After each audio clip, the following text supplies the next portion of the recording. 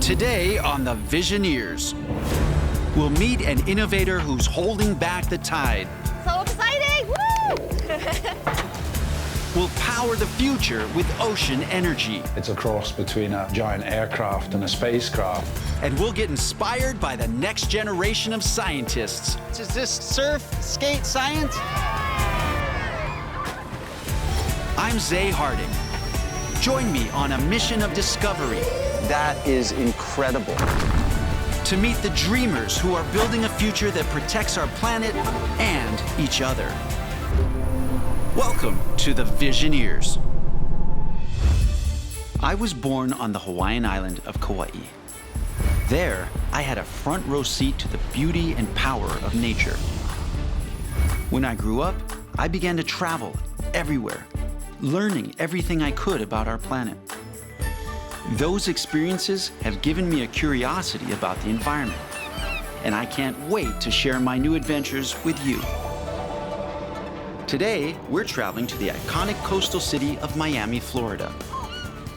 Did you know seawalls protect us from flooding, storm surges, and even rising sea levels? It's true. In places like Miami, Florida, seawalls are critical to keep the ocean from flooding and destroying communities. And in 2012, archaeologists discovered the oldest seawall around. It's estimated to be 7,000 years old, put there to protect a farming village. But how do seawalls actually protect us?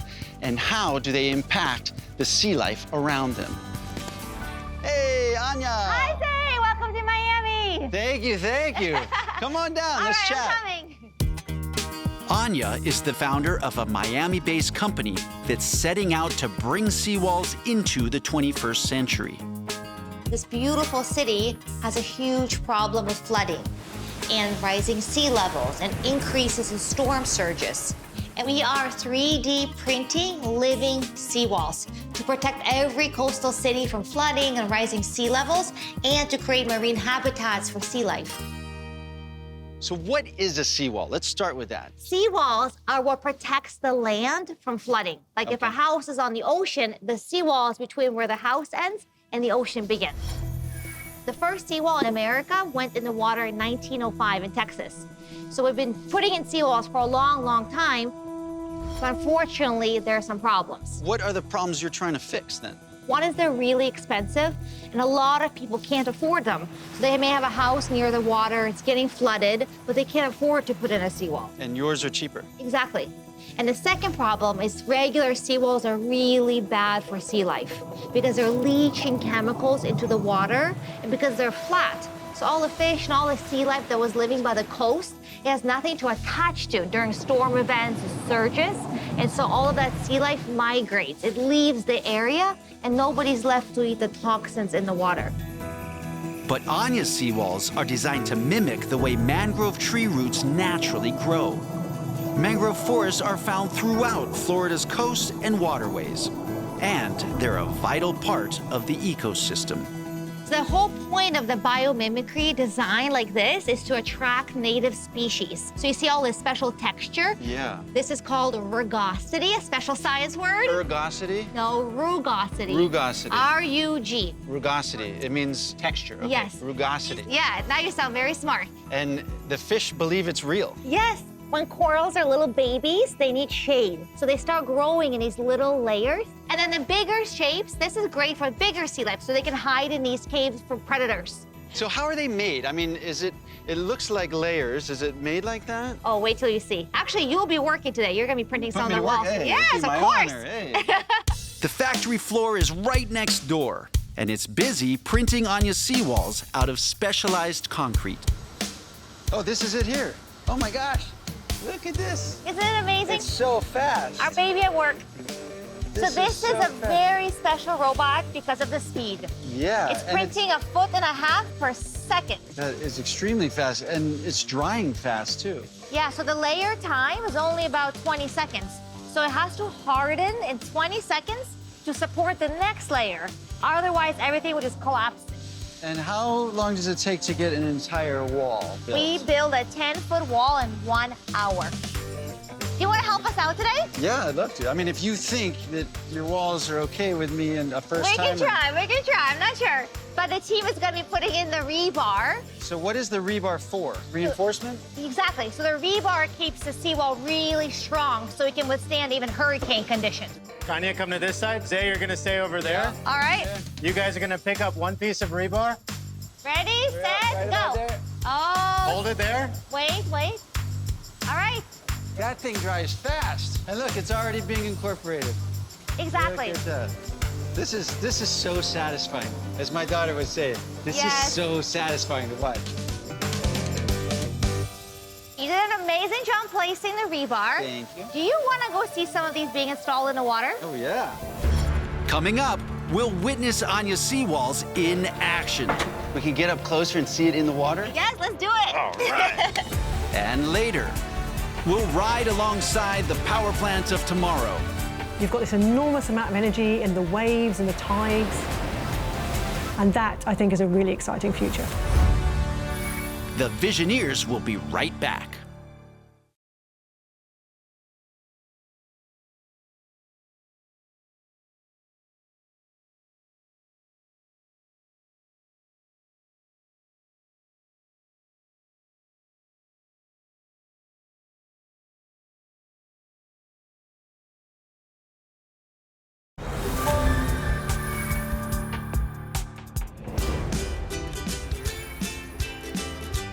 The ground beneath Miami, Florida averages only about 6 feet above sea level.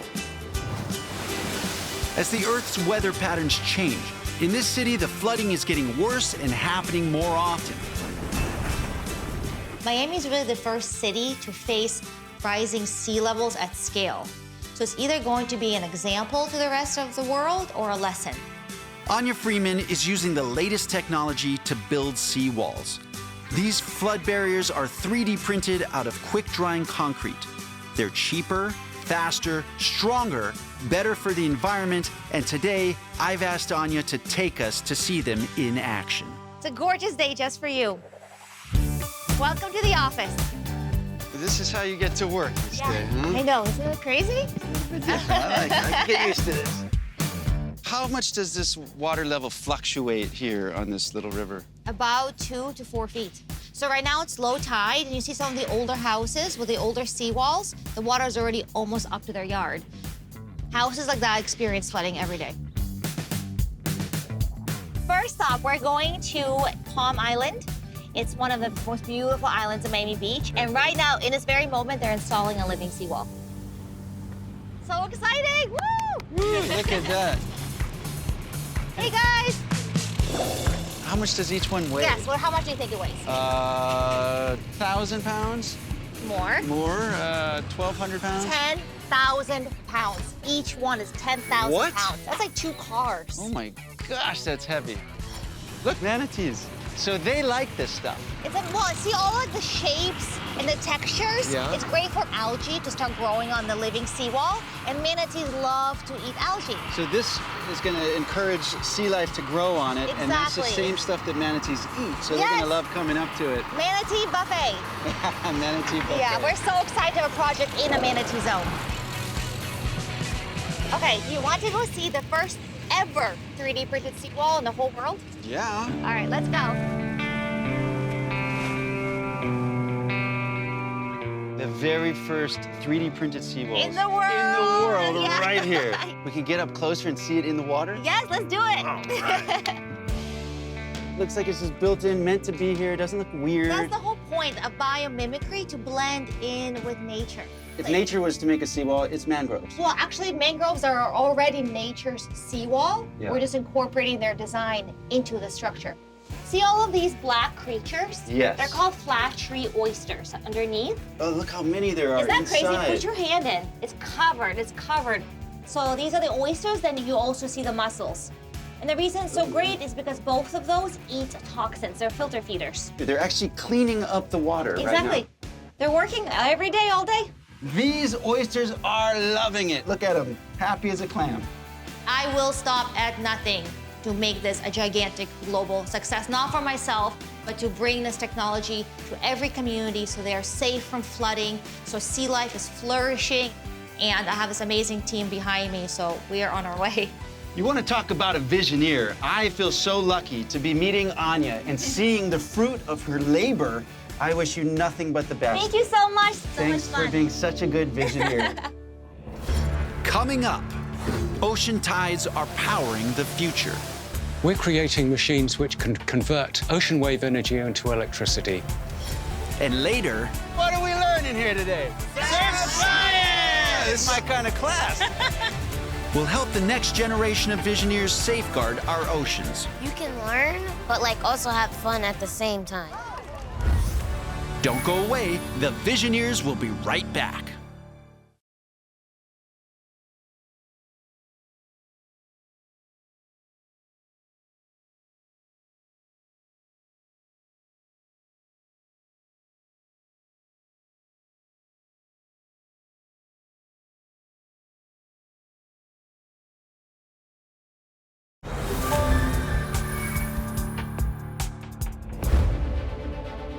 Powering the future will involve a lot of energy. Luckily, natural, sustainable energy is everywhere. All we have to do is capture it. On the remote Orkney Islands of Scotland, Visioneers are harvesting power from the ocean tides.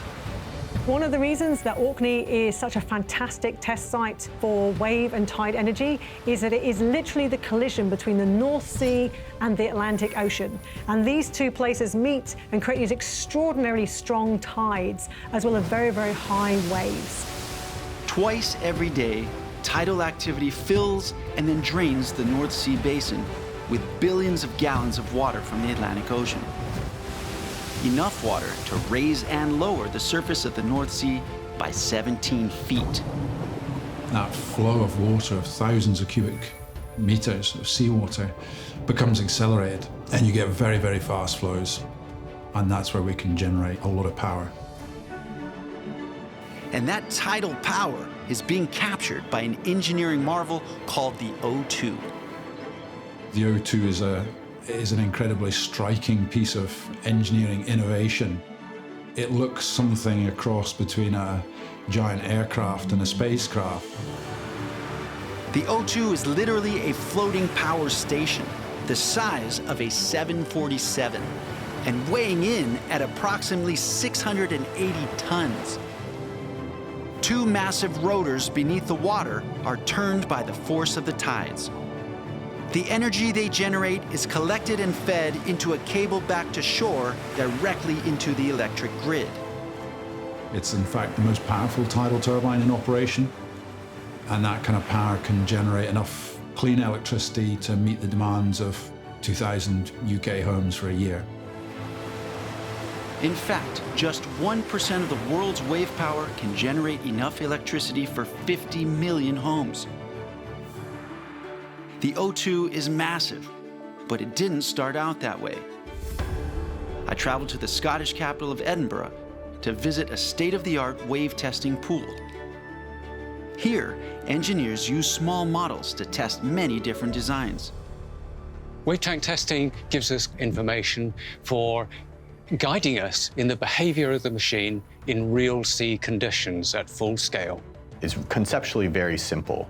Our technology is two hulls connected by a hinge.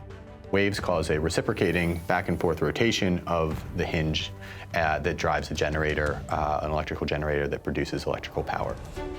This model will be 40 times larger in its final working form. My vision is to see these, weird and exciting machines in the water, providing power and energy security and jobs for islands and coastal communities, and deploy this technology around the world.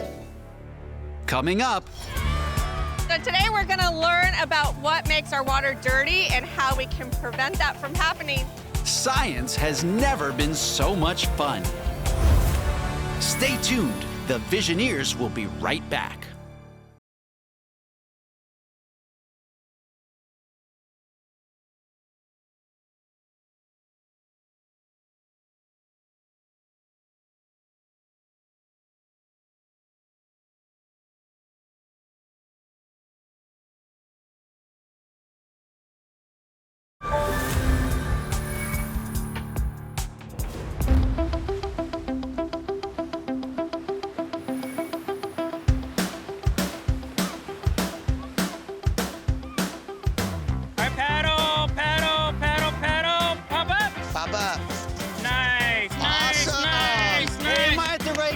Is this surf skate science? Yeah! Hey! And what are we learning here today? Oh, this sounds like my kind of class.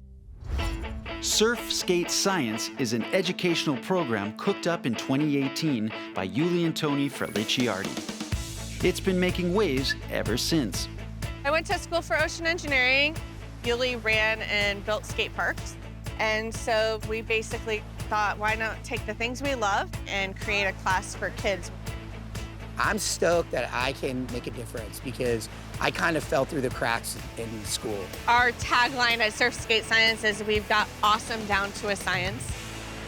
Today's lesson, the science of ocean water quality. So today we're gonna learn about what makes our water dirty and how we can prevent that from happening so we can continue to surf. So we have these little kits where they actually can collect some water samples, and then we're gonna go back up and test the water quality. So are you ready to start testing water? Yeah! Okay, I'm gonna give you buckets. You're gonna work in teams. If we're going to teach the kids about marine science, you could look at a textbook, maybe see some videos, but if you can touch it, see it, smell it, hear it, it's a whole nother ballgame. You're outside learning, and I feel like that you can take so much more knowledge in instead of in a classroom. You can learn, but like also have fun at the same time, so that's really cool to me. First, we scooped water samples into our collection buckets, and then came the fun. The kids gave me a demo of walking the plank. And let's just say they've got some serious skills. We definitely see when we take the kids out in the water that they're really putting it together, that the ocean and the water quality is important for them to do the things they love.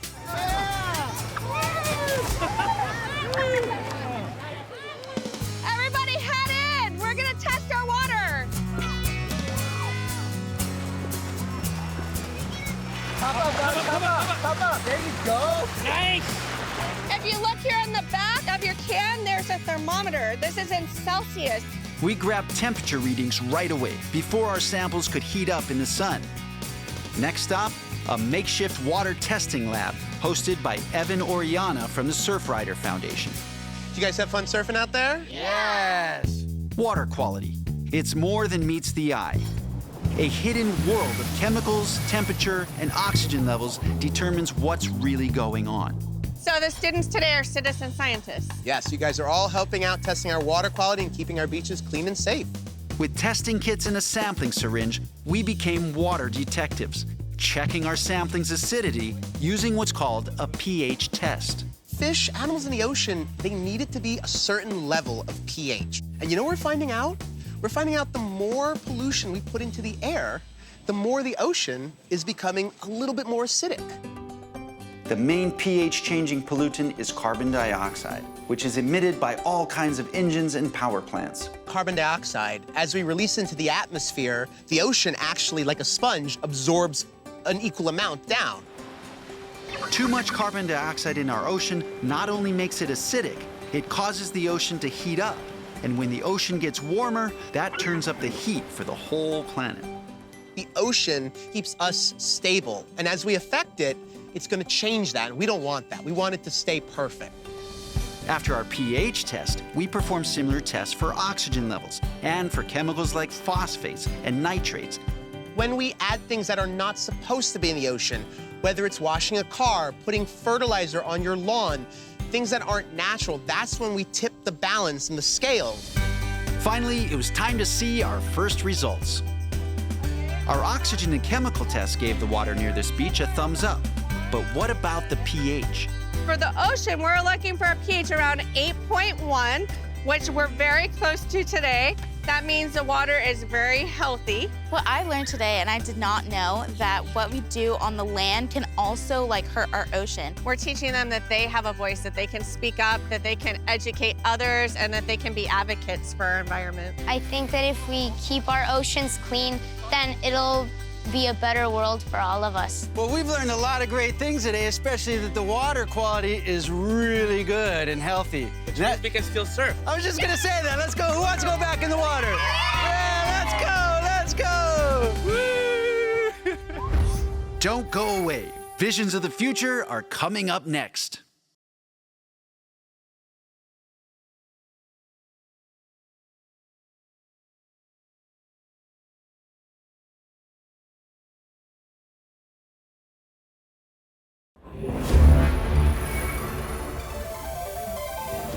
My vision for the future, so many people are worried about rising sea levels and climate changes, and my advice to them would be take action. Our dream for these students is that they become world changers and help save our planet for the future. I encourage the dreamers to take a stand and do what they feel right to protect the world. We cannot build the future without being able to imagine it first. What makes it even more exciting is to think about how do we enact these things in practice and how do we build futures that we want to live in.